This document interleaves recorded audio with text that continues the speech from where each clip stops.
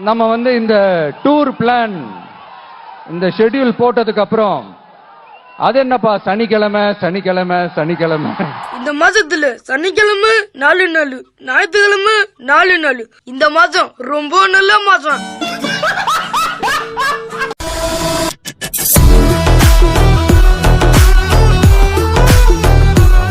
சர்வாதிகாரி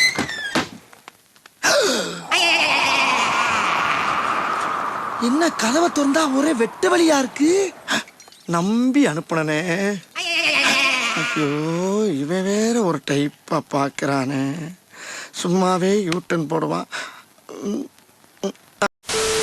மறுபடியும் சொல்றேன், 2026ல ரெண்டு பேருக்கு நடுவுல தான் போட்டியே.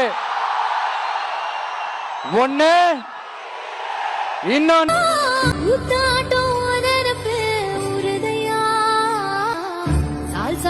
போங்கடா போங்கடா போய் வேலையில பாருங்கடா. நான் அவங்கள பார்க்க கூடாது, அவங்களோட பேசக்கூடாது. பேசிட்டாலும் பேச்சு வன்மையில நாட்டையே திசை திருப்பி விட்டுருவான். இவெல்லாம் என்னைக்கு பேசி இருக்கிறான்? அப்படியே பேசினாலும் செல்பெடுக்காத காரு மாதிரி டுரு டுருன்னு உருமுவான். அவங்க குறைகளை கேட்க கூடாது, அவங்களுக்காக குரல் கொடுக்க கூடாது. என்னதான் சார் உங்க எண்ணம்? ஏன்டா அப்படி தரித்திரியம் பிடிச்ச மாதிரி பேசுற? இந்த அடுக்குமுறை, இந்த அராஜக அரசியல்லாம் வேணாம் சார். நேடா பண்ணுவ? நேராவே கேக்குற, ஆட்டுவியா? நாம ஒண்ணு இங்க தனியால் இல்லைங்க சார். மேல கை வைக்காதீங்க சார். நீங்க நினைக்கிற மாதிரி நாங்க தனியாள் கிடையாது. எங்களுக்குன்னு ஒரு கூட்டம் இருக்குது, எங்களுக்குன்னு ஒரு கொள்கை இருக்குது, எங்களுக்குன்னு ஒரு சங்கம் இருக்குது. சங்கமா? மாபெரும் மக்கள் சக்தியோட பிரதிநிதிங்க சார். விஜய் அம்மா எனக்கு பிடிக்கும். நான் ஓட்டு போட்டு விஜய் நான் ஜெயிக்க வைக்கிறேன். நீ ஜெயிப்ப விஜய்? எத்தனாவது படிக்கிற நீ?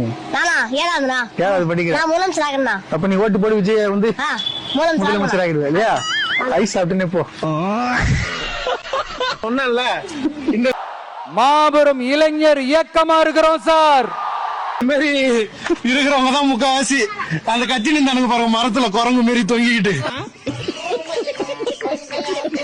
இந்த பூச்சாண்டி வேலையெல்லாம் காட்டுறதை விட்டுட்டு தில்லா கெத்தா இவன் அவல்ல மாசா கெத்தா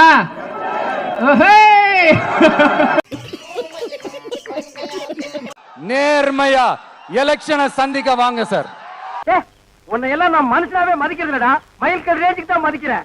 மரியாதை இங்கிருந்து ஓடி போயிரு, இல்லன்னா காலையில ஊத்துற பால்ல விஷத்தை வச்சு உன்னை நான் கொன்னுடுவேன். நான் உங்களை பார்க்க வரக்கூடாதா? நான் உங்களோட பேசக்கூடாதா? உங்க குறைகளை நான் கேட்க கூடாதா? என் அக்கா ஒருத்தி வந்திருக்கா, முதல்ல அவகிட்ட வாங்கி குடி. என்ன இதெல்லாம்? சும்மா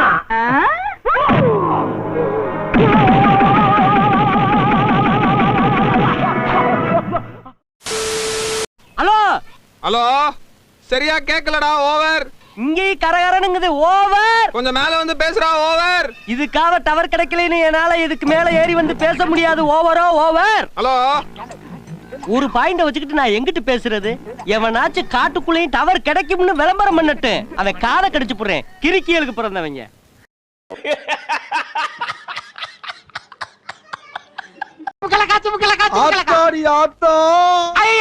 வருஷத்துக்கு ஒரு கிரிக்கெட்ட சிக்கிறடா சாமி. ஓவரா மூவ்மெண்ட் போடுறாரு.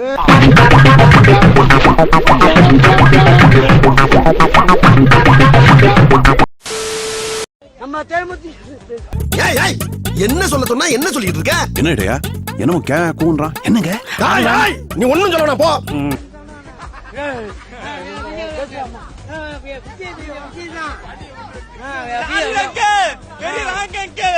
போயிரு, அது உனக்கு ரொம்ப நல்லது.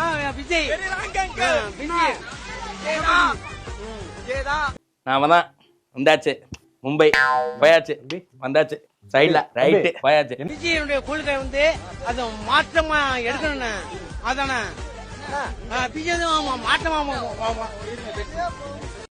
இதுக்குதான் படிக்கடா படிக்கடான்னு அடிச்சுக்கிட்டேன். முட்டா பசங்கடா, அருமைக்கிட்ட முண்டங்கடா.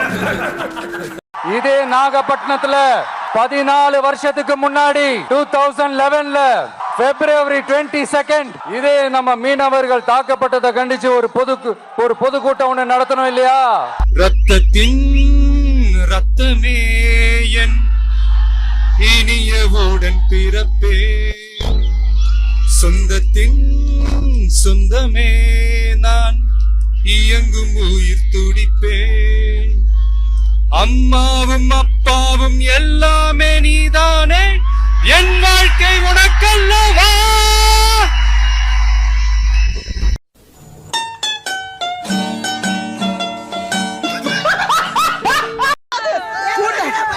அவர் அணில் கூட்டம்னு சொல்றாருல, நாங்க அணிலுக்கு கூட இல்ல.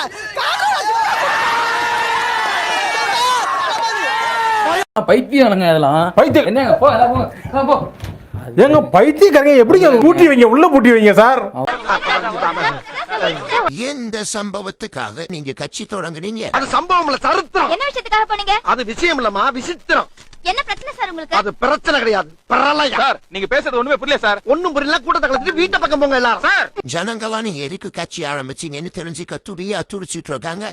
சொல்றேன், மக்களுக்காக சொல்றேன். இந்த செனம் கொண்ட சிறுத்தையை சிராச்சு சிறங்கு வர வச்சுட்டாங்க, ஆறிருச்சு. இந்த மதம் கொண்ட யானைய மண்டி போட வச்சு நீ நினைக்கிற மாதிரிலாம் ஒண்ணு இல்ல. இவ்வளவு நேரம் பேசியோ எதுக்கு கட்சி ஆரம்பிச்சீங்கன்னு சொல்லவே இல்லையே. மடப்பட பேசிக்கிட்டு இருக்கும்போது மைக்க கொண்டாந்து வாய்க்குள்ள வரையடா. மூச்சு முடி செத்து போன என்ன செய்வே நீ? யாருக்கும் பேட்டி கிடையாது, ஒண்ணு கிடையாது, போய் சொல்லுங்க. என்னங்க இப்ப என்ன கட்சி எல்லாரும் சொல்லிட்டீங்க. இப்ப என்ன கட்சி சொல்றீங்களா? எத்தனை வருஷம் தான் எல்லாரும் ஆளுவாங்க? ஒரு தடவை வாய்ப்பு கொடுத்து பாருங்களேன், கண்டிப்பா மாறும். கண்டிப்பா எல்லாரும் மாத்தோம். என்னடி வாய்ஸ் இது? என்னோட கெரியரின் உச்சத்தை உதறிட்டு அந்த ஊதியத்தை நடிக்காதரா. இப்படியே சொல்லி சொல்லி இந்த ஒரு பிட்ட வச்சு தாங்க இவங்க ஏமாத்துறாங்க நம்மள.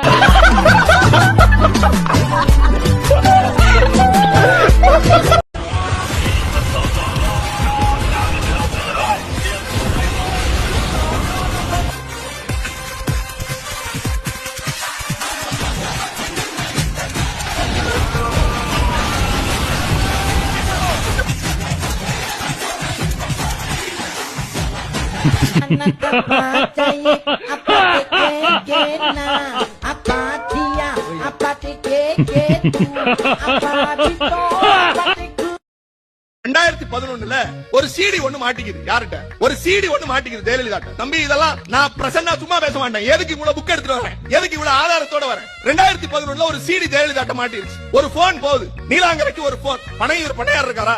ஆமா. உன்னோட சிடி ஒண்ணு மாட்டிக்கிச்சு. நீ எனக்கு என்ன செய்யணுமா? நான் என்ன செய்யணும்? இங்க வா. பொது வெளியில மன்னிப்பு எல்லாம் கேட்டார் தெரியுமா உங்களுக்கு? அனில் குஞ்சு பொது வெளியில மன்னிப்பு கேட்டுச்சு. அப்ப ஜெயலலிதா சொன்னாங்க, வா எனக்கு நீ 54 தொகுதியில பிரச்சாரம் பண்ணணும். எத்தனை தொகுதியில?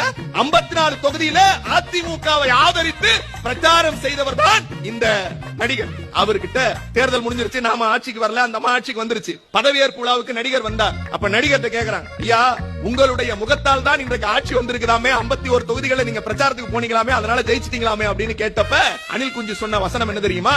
எப்படி ராமன் சீதையை மீட்க போன போது ராமேஸ்வரத்துக்கு நடுவே எப்படி அனுமானும் அவருடைய சேனைகளும் படை கட்டியதோ, அப்படி படை கட்டியவர்களுக்கு உதவியாக சிறு சிறு அணில் குஞ்சுகள் கல்லெடுத்து கொடுத்ததாம். அப்படி அம்மையார் ஜெயலலிதாவின் ஆட்சி அமைவதற்காக கல்லெடுத்து கொடுத்த அணில் குஞ்சுதான் நான் அவர் சொன்னார்.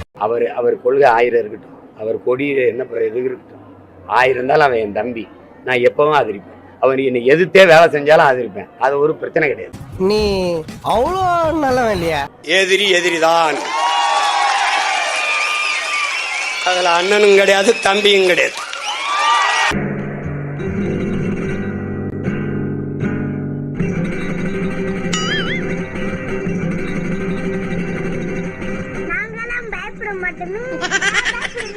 இது கொள்கை இல்ல, கூமுட்ட. அதுவும் ஆளுகின கூமுட்ட. உன்னதானே சொன்ன கூமுட்ட.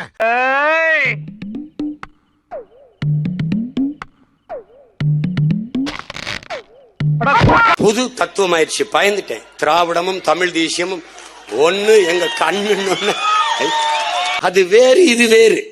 தயவு செஞ்சு உங்க 2 கண்ணை மூடிக்கங்க. இது எத்தனை செருப்புங்க சார்? செருப்பு. இப்ப 2 கண்ணை திறங்க சார். இப்ப இது எத்தனை செருப்புங்க சார்? ஒரு செருப்பு. அது எப்படிங்க சார்? நீங்க ஒரு கண்ணால பாக்கும்போது ஒரு செருப்பு தெரிஞ்சது, இப்ப நீங்க 2 கண்ணால பாக்கும்போது 2 செருப்பு தெரியணும்ல சார்? தெரியலையே.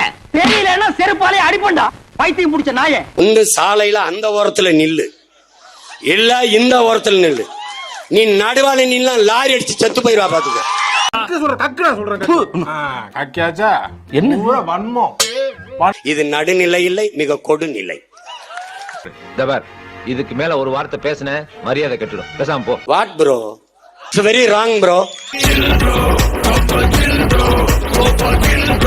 It's very wrong. இங்கிலீஷ் ஐயோ தலைவரே, இனிமே கிறிஸ்துவம் பேசுவியா? ஒண்ணு கிடக்க ஒண்ணு பேசி குழப்பத்தை உண்டு பண்ணுவியா? தலைவரே, உங்க வழிக்கு நான் வரவே மாட்டேன். தம்பி, நான் குட்டி கதை சொல்லுவன் அல்ல தம்பி, வரலாற்றை கற்பிக்க வந்தவன். சின்னவனே,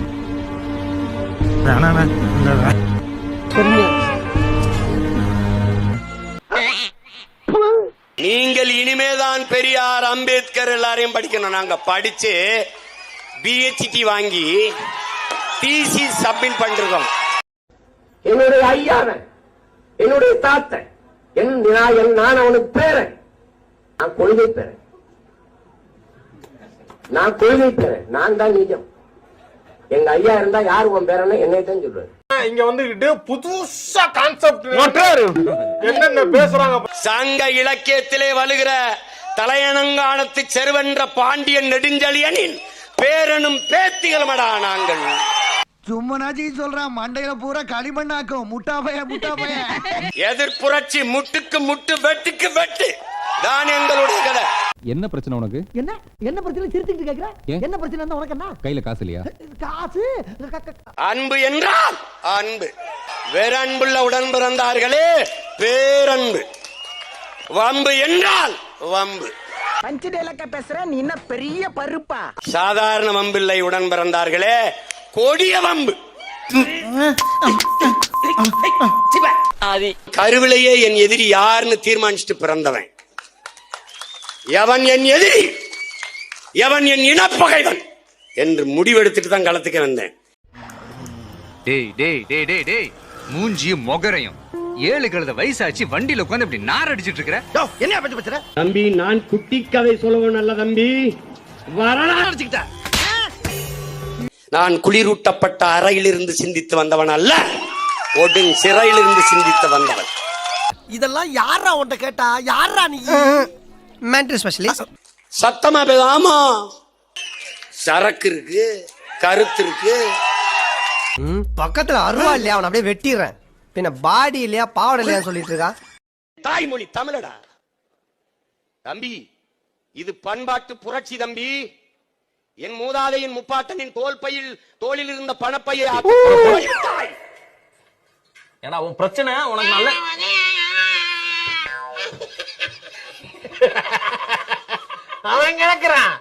உங்களுக்கு கட் அவுட் அல்ல கருத்து, கட் அவுட் அல்ல அரசியல், கருத்தியல் தான் அரசியல். நீங்க வேலுநாச்சியாரு, அம்பேத்கர் அதெல்லாம் வைக்கிறது பிரச்சனை இல்லை. வேலுநாச்சியார் யாருன்னு நீங்க எடுத்துட்டு போகணும்ல.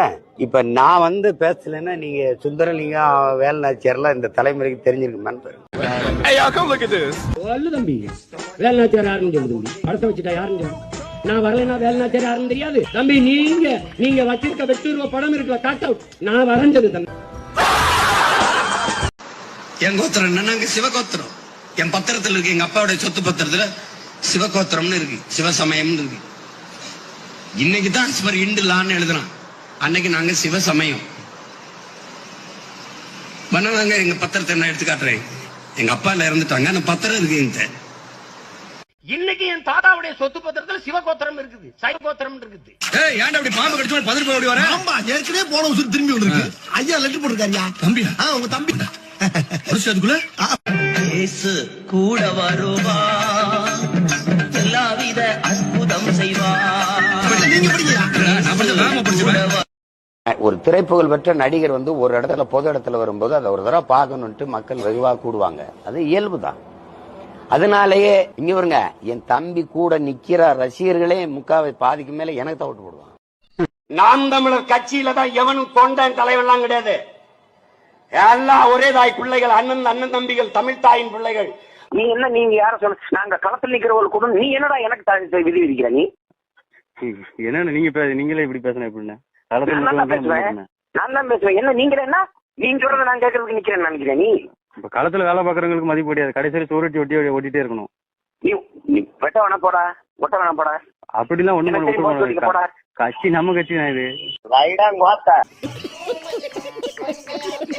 நாம் தமிழர் கட்சியில் இருக்கும் இளைஞர்களே, தம்பிகளே, சீமான் அவர்களின் பேச்சை கேட்டுக்கிட்டு உங்க வாழ்க்கையை அழிச்சுக்கிட்டு இருக்கீங்களே, உங்களுக்கு எல்லாம் கொஞ்சம் கூட அறிவில்லையா? யோசிச்சு பார்த்ததே கிடையாதா? அவர் சொல்றதெல்லாம் பொய் அப்படின்னு சொல்லிட்டு சீமான் வந்து செந்தமிழ் சீமான், நான் தமிழ்நாட்டுல பிறந்தேன், என் பூர்வீகம் தமிழ் அப்படி இப்படின்னு வாய்க்கு வந்ததெல்லாம் விட்டுட்டு இருக்காரு.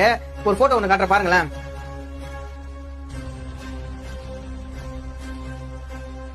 அப்பா பேர் வந்து செபஸ்டின், மலையாளிய கிறிஸ்டியன் சரிங்களா. அவர் கல்யாணம் பண்ணிருக்காரு இல்லையா உங்க அண்ணி, அவங்க வந்து தெலுங்கு சரிங்களா. இப்படி சீமான் அவங்க அப்பா மலையாள கிறிஸ்டியன், அப்ப மலையாளத்துல இருந்து வந்தேரியர்கள், இவரு மலையாளத்துல இருந்து தமிழ்நாட்டுக்கு வந்தேறிட்டு இவர் வந்து இங்க இருக்கிற அருந்தேரியர்கள் வந்தேரிகள் அப்படின்னு சொல்லிட்டு சொல்றாரு.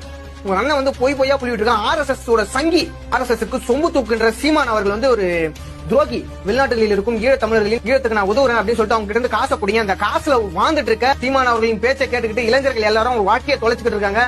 இளைஞர்கள் எல்லாருமே முடிச்சுக்கணும்.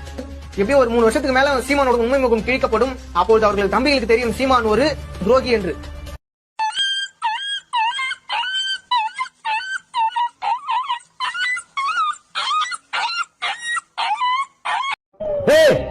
நீ எல்லாம் பெரியவனாடா, வாடா உண்டி குண்டி.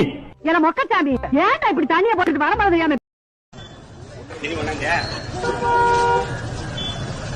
10 பைசா பிரயோஜனம் இல்லாத எடுத்துட்டு போடா. இனிமே துண்டு போடுறது இந்த பொன்னாட போத்தி ஏமாத்துற வேலையெல்லாம் வேண்டாம். அண்டா குண்டா சில்வர் பாத்திரம் வாட்சு மோதிரம் முடிஞ்சா 2 ஏக்கர் நிலம் எழுதி வைங்க. யூஸ் ஆகிற பொருளா கொடுங்க. நீங்க என்னை பிச்சைக்காரன் சொல்லக்கூடாது. நான் ஒரு பிச்சைக்காரன் கையேந்தி நிக்கிறேன். கையேந்தி நிக்கிற பிச்சைக்காரன் கையில அதிக காசு போடுறாரா மகாராஷ்டிரா. பிச்சை தான் எடுத்துக்கிறேன். சத்தியமா சொல்றேன், பிச்சை எடுத்து தான் வாழ்றேன். வெளியில சொல்றது இல்ல. கௌரவ பிச்சை தான். ஒரு 10,000 போட்டு விடுறாடி, மச்சான் சுந்தர்சிக்கு போடுவேன், 1 லட்சம் கொடுத்து விடுப்பாரு, காசு கொடுத்துருந்தா 1 லட்சம் கொடுப்பாரு. அதாவது யார்கிட்ட பேசுவேன், இப்ப தம்பி தானே ஏதாவது செலவு காசு கொடுத்து இன்னைக்கு தானே எனக்கு ஆள் அனுப்பியிருக்கேன், எனக்கு காசு இல்லை, செலவுக்கு ஏதாவது கொடுத்துருந்தேன் இருப்பா, அந்த அனுப்பிடுறப்பா தம்பி அனுப்பாரு. சத்தியமா சொல்றேன், என் தலைவர் தானே